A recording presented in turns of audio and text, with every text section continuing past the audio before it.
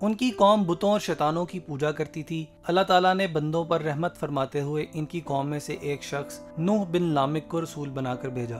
وہ لوگ انہیں اچھی طرح سے جانتے تھے، ان کی دیانت و صداقت کے معترف تھے۔ نوح علیہ السلام نے اپنی قوم کو اللہ کی وحدت کی عبادت کرنے کی طرف دعوت دی۔ ان کو سمجھایا کہ یہ بت کسی بھی نفع نقصان کے مالک نہیں ہیں، لیکن ان کی قوم نے ان کا مذاق اڑایا۔ کہنے لگے تم ہمیں گمراہ کر رہے ہو۔ سیدنا نوح علیہ السلام نے ان سے کہا میں تمہیں گمراہ نہیں کر رہا بلکہ تمہیں حق کی طرف بلا رہا ہوں، مجھے تمہاری طرف اللہ کا رسول بنا کر بھیجا گیا ہے۔ قوم کے بڑے لوگوں نے ان پر یہ الزام لگایا کہ تم اس بہانے سردار بننا چاہتے ہو۔ سیدنا نوح علیہ السلام اپنی قوم کو مسلسل توحید کی دعوت دیتے رہے، مگر فقیر اور مسکین لوگوں کی تھوڑی بہت تعداد ہی ان کے ساتھ اس دعوت کو قبول کرنے میں شریک ہو سکی۔ سیدنا نوح علیہ السلام اپنی قوم کو مسلسل توحید کی دعوت دیتے رہے، مگر فقیر اور مسکین لوگوں کی بہت تھوڑی تعداد ہی نے ان کی دعوت کو قبول کیا۔ کافروں کے سردار سیدنا نوح علیہ السلام سے کہنے لگے ہم تم کو اپنے ہی جیسا ایک عام آدمی دیکھتے ہیں، ہم تمہیں جھوٹا سمجھتے ہیں، نیز ہم ان فقراء اور مساکین کے ساتھ نہیں بیٹھ سکتے، تم ان کو اپنے پاس سے ہٹا دو۔ سیدنا نوح علیہ السلام نے فرمایا اگر میں ان لوگوں کو اپنے آپ سے دور کر دوں گا تو اللہ مجھ سے ناراض ہو جائے گا، کیونکہ انہی لوگوں کو اللہ تعالیٰ نے ہدایت سے سرفراز کیا ہے۔ سیدنا نوح علیہ السلام اپنی قوم کو 950 سال تک مسلسل صبح و شام اکیلے رب کی عبادت کرنے کی دعوت دیتے رہے اور ان سے کہا میں تم سے اس کا کوئی بھی معاوضہ طلب نہیں کرتا، مگر ان کی قوم کی اکثریت نے ان کی دعوت کو قبول نہ کیا۔ اللہ تعالیٰ نے سیدنا نوح علیہ السلام کو وحی کی آپ کی قوم میں سے مزید لوگ ایمان نہیں لائیں گے۔ جب وہ اپنی قوم سے مایوس ہو گئے تو انہوں نے اللہ تعالیٰ سے اپنی قوم کی نافرمانیوں کے بدلے ہلاکت کی دعا کر دی۔ اللہ تعالیٰ نے سیدنا نوح علیہ السلام کی دعا قبول فرمائی، انہیں اور ان کے ساتھیوں کو بھاری غم اور پریشانیوں کے بوجھ سے نجات دی۔ انہیں حکم دیا کہ وہ ایک بہت ہی بڑی کشتی بنائیں جو چاروں طرف سے بند ہو، جس میں پانی داخل نہ ہو سکتا ہو۔ جو لوگ ظالم ہیں ان کے بارے میں ہم سے کچھ مت کہنا، کیونکہ وہ غرق کیے جائیں گے۔ چنانچہ سیدنا نوح علیہ السلام نے اپنے ساتھیوں کی مدد سے کشتی بنانا شروع کی۔ کافر لوگ ان کے پاس سے گزرتے تو ان کا مذاق اڑاتے اور کہتے نوح تم نے دعوت کا کام چھوڑ کر اب بڑھائی کا پیشہ اختیار کر لیا ہے۔ پھر کہتے نوح ایک ایسی جگہ کشتی بنا رہا ہے جہاں نہ تو دریا ہے نہ سمندر، ایسے آدمی کو ہم پاگل ہی سمجھیں گے۔ کچھ کہنے لگے نوح کیا اس مقام سے سمندر پھوٹے گا؟ پھر ان کی قوم کے کچھ سرکردہ لوگ کہنے لگے اگر تم دعوت دینے سے باز نہ آئے تو پتھروں سے ہلاک کر دیے جاؤ گے۔ جاہل اور قدر ناشناس قوم نے خیر خواہی کے جواب میں دھمکیاں دیں اور مذاق اڑایا۔ اللہ تعالیٰ نے بذریعہ وحی نوح علیہ السلام کو تسلی دی اور کہا جو لوگ آپ کا مذاق اڑا رہے ہیں کل یہی اپنے کیے پر نادم اور پریشان ہوں گے، ان کی خوشیاں غموں اور دکھوں میں تبدیل ہو جائیں گی۔ یہ قوم بڑی ہی بیوقوف تھی، کہنے لگی ہم اپنے معبودوں ود، سوا، یاغوث، یعوق اور نصر کو ہرگز نہیں چھوڑیں گے۔ نوح علیہ السلام کی قوم کے یہی بت بعد میں عرب میں بھی پوجے گئے۔ انہوں نے نوح علیہ السلام کی ہر اچھی بات اور دلیل کا انکار کیا۔ اس دوران کشتی مکمل ہو گئی۔ اس کی 3 منزلیں تھیں، نچلے حصے میں جانوروں کے لیے جگہ تھی، درمیانے حصے میں انسانوں کے لیے، اور سب سے اوپر کی منزلوں میں پرندوں کو رکھا گیا۔ اللہ تعالیٰ نے سیدنا نوح علیہ السلام کی طرف وحی کی کہ وہ جلد ہی تمام کافروں کو ہلاک و برباد کر دے گا۔ انہیں حکم دیا کہ کشتی میں ہر جانور کا جوڑا جوڑا سوار کر لیں، خواہ اس کا گوشت کھایا جاتا ہو یا نہ کھایا جاتا ہو، تاکہ اس کی نسل باقی رہے۔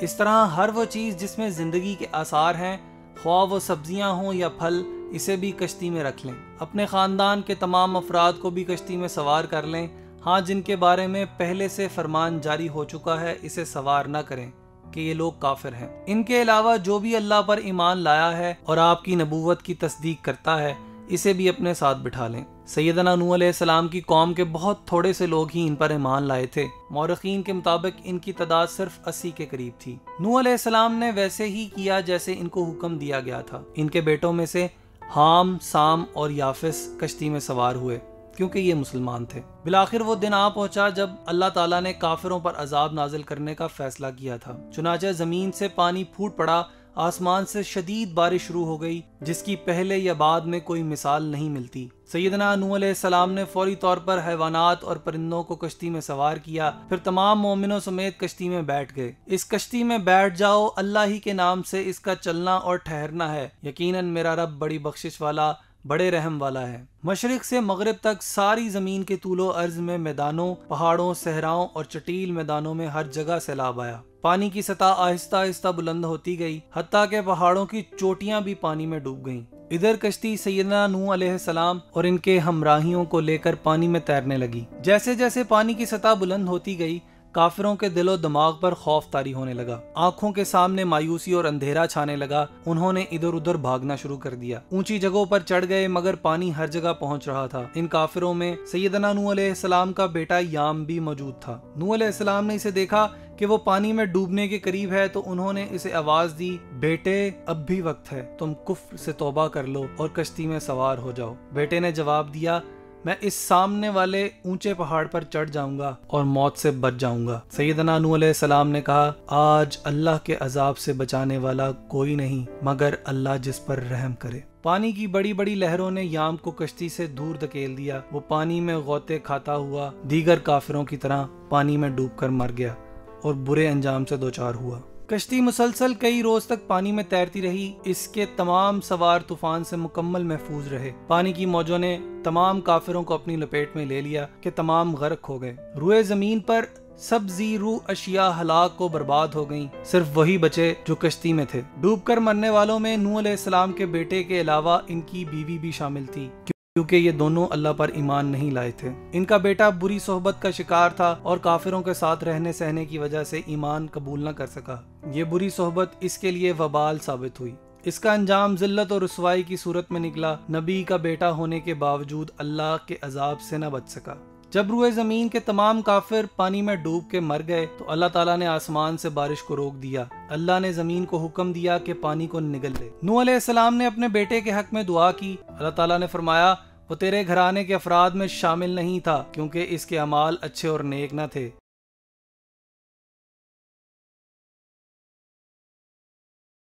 وہ ان لوگوں میں شامل نہیں تھا جن کی نجات کا وعدہ کیا گیا تھا۔ بالآخر کشتی ایک بڑے پہاڑ جودی پر آ کر رک گئی۔ نوح علیہ السلام نے کبوتر کو بھیجا کہ جا دیکھ کر آ پانی خشک ہو گیا ہے یا نہیں۔ کبوتر گیا اور واپسی پر زیتون کی ٹہنی ہمراہ لایا۔ اس کا مطلب تھا کہ پانی خشک ہو گیا ہے۔ چنانچہ سیدنا نوح علیہ السلام تمام مومنوں کے ساتھ کشتی سے صحیح سلامت نیچے اتر گئے۔ زمین پر چلنا پھرنا اور رہنا ممکن ہو گیا تھا۔ اللہ تعالیٰ نے فرمایا، آپ پر بھی برکت نازل ہوگی اور ان اقوام پر بھی جو آئندہ زمانے میں آپ کی نسل سے پیدا ہوں گی۔ جب زمین خشک ہو گئی تو طوفان سے نجات پانے والوں نے زمین میں کھیتی باڑی کا کام شروع کیا۔ اللہ تعالیٰ نے حسب وعدہ ان میں برکت فرمائی۔ وہ فصلیں اگاتے، باغات لگاتے اور ان کا پھل کھاتے۔ زمین پر گھنے جنگل اگ گئے۔ آہستہ آہستہ چرندوں پرندوں میں اضافہ ہوتا گیا۔ نوح علیہ السلام کے تینوں بیٹوں کی اولاد در اولاد ہوتی چلی گئی۔ انہوں نے دنیا میں مختلف مقامات پر بستیاں قائم کی۔ جتنے بھی نبی اور رسول اس دنیا میں تشریف لائے سب کے سب نوح علیہ السلام اور ان کے بیٹوں کی اولاد میں سے ہیں۔ نوح علیہ السلام نے وفات سے پہلے اپنے تینوں بیٹوں حام، سام اور یافس کو بلایا۔